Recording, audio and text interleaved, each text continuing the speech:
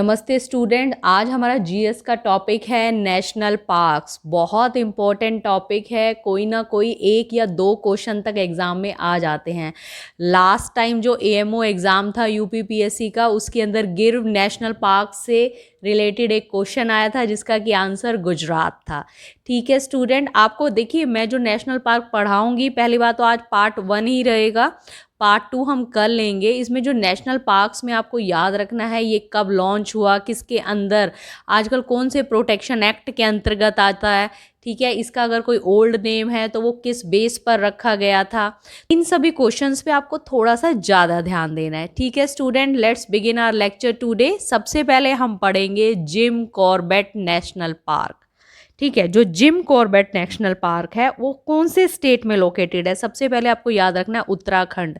कई बार हम कंफ्यूज हो जाते हैं उत्तर प्रदेश उत्तराखंड, तो Uttarakhand is the answer. District कौन सी है? नैनीताल या पौरी गढ़वाल। ठीक है, ईयर ऑफ एस्टेब्लिशमेंट की अगर बात करें तो जिम कॉर्बेट जो नेशनल पार्क है वो एस्टेब्लिश हुआ था 1936 में, मतलब हमारी इंडिपेंडेंस से पहले। इसीलिए जब ये बना था तो उस टाइम क्या था, ये ब्रिटिश के दौरान बना था। ठीक है, और इसी को ही आप एक प्रकार से oldest national park in India के नाम से भी जानते हैं। अगर क्वेश्चन आ जाता है कि ओल्डेस्ट नेशनल पार्क कौन सा है इंडिया का, तो आपको क्या लिखना है? Jim Corbett. ओके स्टूडेंट, अब देखिए नेक्स्ट पॉइंट आ गया कि मतलब मैंने आपको बताया 1936 में ये बना था, एस्टेब्लिश हुआ था। उस टाइम क्या था? ब्रिटिश रूल था। ठीक है, उस टाइम के जो गवर्नर थे उनका नाम था सर मैलकॉल्म हेली। अब इन हेली के नाम से ही पहले इस जिम कॉर्बेट जो नेशनल पार्क है इसका नाम था पुराना, उसका नाम क्या था? Heli national park. ठीक है, लेकिन इसके जो नाम है उसको रीनेम्ड किया गया 1957 में, मतलब हमारी इंडिपेंडेंस के 10 साल के बाद 1957 में उस नाम को बदलकर जिम कॉर्बेट नेशनल पार्क रखा गया।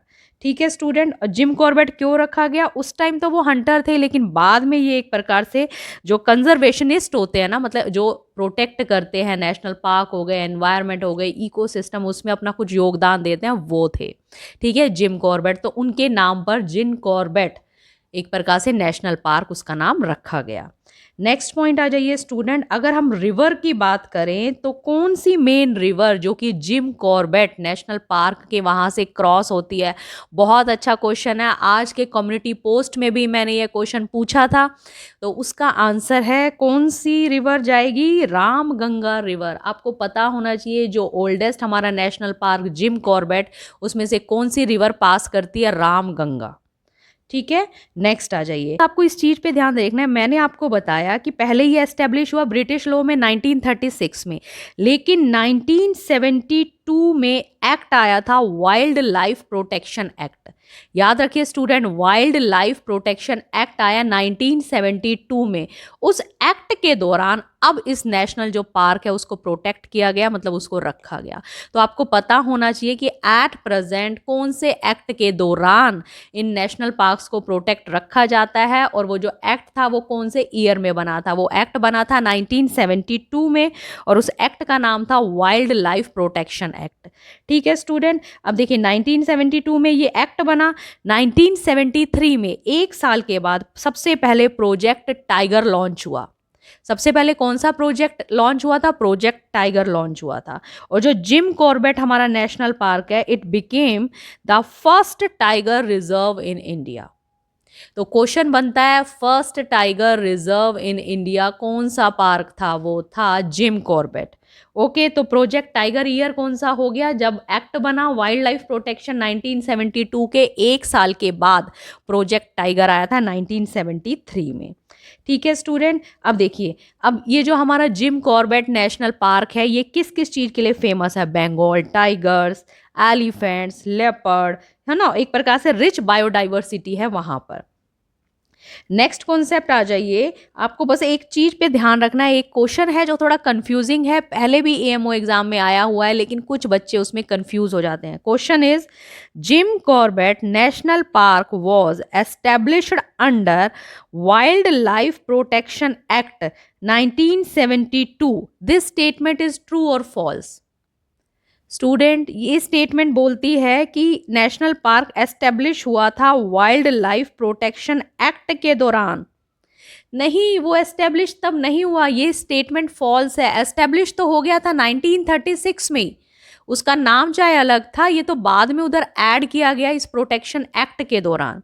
तो आपको याद रखना है कि अगर ऐसी कोई स्टेटमेंट आ जाती है कि वो एस्टेब्लिश हुआ है, तो एस्टेब्लिश नहीं हुआ, एस्टेब्लिश हुआ था 1936 में ब्रिटिश एरा के दौरान।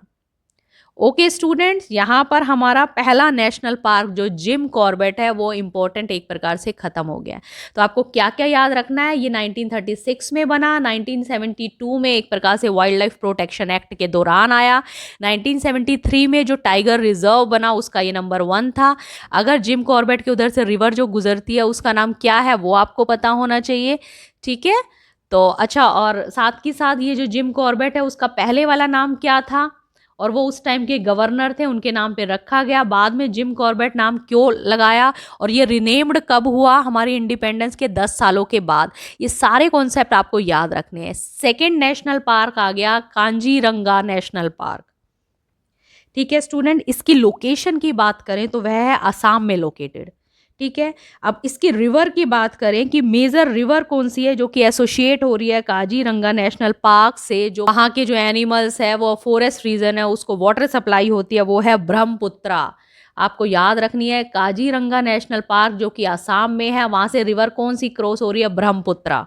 ओके, काजीरंगा फेमस ये क्वेश्चन कई बार आया है, कई यूपीपीएससी एग्जाम्स में आया है कि काजीरंगा इज फेमस फॉर, वो नेशनल पार्क किसके लिए फेमस है, वन हॉर्न राइनासोर के लिए, ठीक है। वन हॉर्न राइनासोर जिसे कि हम इंडियन राइनो भी बोलते हैं। अब देखिए काजीरंगा इज ऑल्सो, ये है काजीरंगा भी एट प्रेजेंट एक प्रकार से टाइगर रिजर्व है, ठीक है स्टूडेंट। अदर इंपॉर्टेंट एनिमल्स की बात करें तो वहाँ पे Bengal tiger, Asian elephants, wild water buffalo और स्वैम्प डियर्स, ये सब कुछ वहाँ पे हैं, ठीक है। अब ये वाला पॉइंट आपको याद रखना है, ध्यान से सुनिए इसको। देखिए, वो प्रोटेक्टेड अंडर की बात करें तो सेम रहेगा, वही वाइल्ड लाइफ प्रोटेक्शन एक्ट जो कि 1972 में आया था, उसके अंडर भी काजीरंगा नेशनल पार्क को प्रोटेक्ट किया गया था, पहला पॉइंट। नेक्स्ट पॉइंट है कि जो यूनेस्को है, UNESCO, UNESCO world heritage status, याद रखिए कि यूनेस्को ने जो वर्ल्ड हेरिटेज स्टेटस इसी नेशनल पार्क को दिया था, काजीरंगा नेशनल पार्क को, वो भी कौन से ईयर में, 1985 में। 1985 में यूनेस्को ने वर्ल्ड हेरिटेज स्टेटस कौन से नेशनल पार्क को दिया था, काजीरंगा नेशनल पार्क को दिया था। बहुत इंपॉर्टेंट क्वेश्चन है एग्जाम्स के पर्पज से, ठीक है। 1905 में इसको डिक्लेयर्ड किया गया था एक प्रकार से रिजर्व फॉरेस्ट के नाम से, ठीक है। 1905 में काजीरंगा नेशनल पार्क को रिजर्व फॉरेस्ट के नाम से डिक्लेयर किया गया था, और 1974 में declared as a national park, इसे नेशनल पार्क डिक्लेयर किया गया 1974 में। देखिए डेट्स बहुत आसान है, 1972 में सबसे पहले वाइल्ड लाइफ प्रोटेक्शन एक्ट आया, 72 में, 73 में हमने क्या पढ़ा था, टाइगर रिजर्व प्रोजेक्ट आया, 74 में क्या हुआ, इसको काजीरंगा नेशनल पार्क को एक प्रकार से डिक्लेयर किया गया as a national park. Okay students, याद हो गया आपको यहाँ पे। Student, next park is the Gir national park, बहुत इंपॉर्टेंट है, ध्यान से सुनिए। गिर नेशनल पार्क सबसे पहले कौन से स्टेट में है, गुजरात स्टेट में है गिर नेशनल पार्क। डिस्ट्रिक्ट कौन सी है, जूनागढ़, जूनागढ़ डिस्ट्रिक्ट है स्टूडेंट्स, ठीक है। तो आपको गुजरात स्टेट जूनागढ़ याद रखना है। गिर इज फेमस फॉर, जैसे कि हमने क्या पढ़ा था, काजीरंगा जो नेशनल पार्क था वो फेमस था वन हॉर्न राइनो के लिए, ऐसे ही गिर फॉरेस्ट फेमस है एशियाटिक लायन के लिए। It is the only natural habitat of Asiatic Lions in the world student, ठीक है।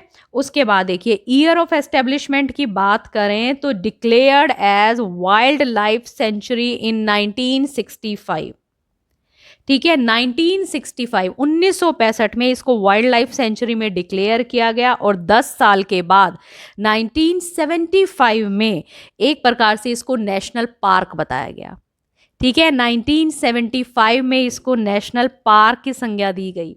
अभी हमने क्या पढ़ा था स्टूडेंट्स, अभी हमने पढ़ा काजीरंगा को नेशनल पार्क बताया गया 1974 में। एवरी ईयर देखिए 1972 में पहले कुछ आया, फिर 1973 में, फिर 74 में, फिर 1975 में।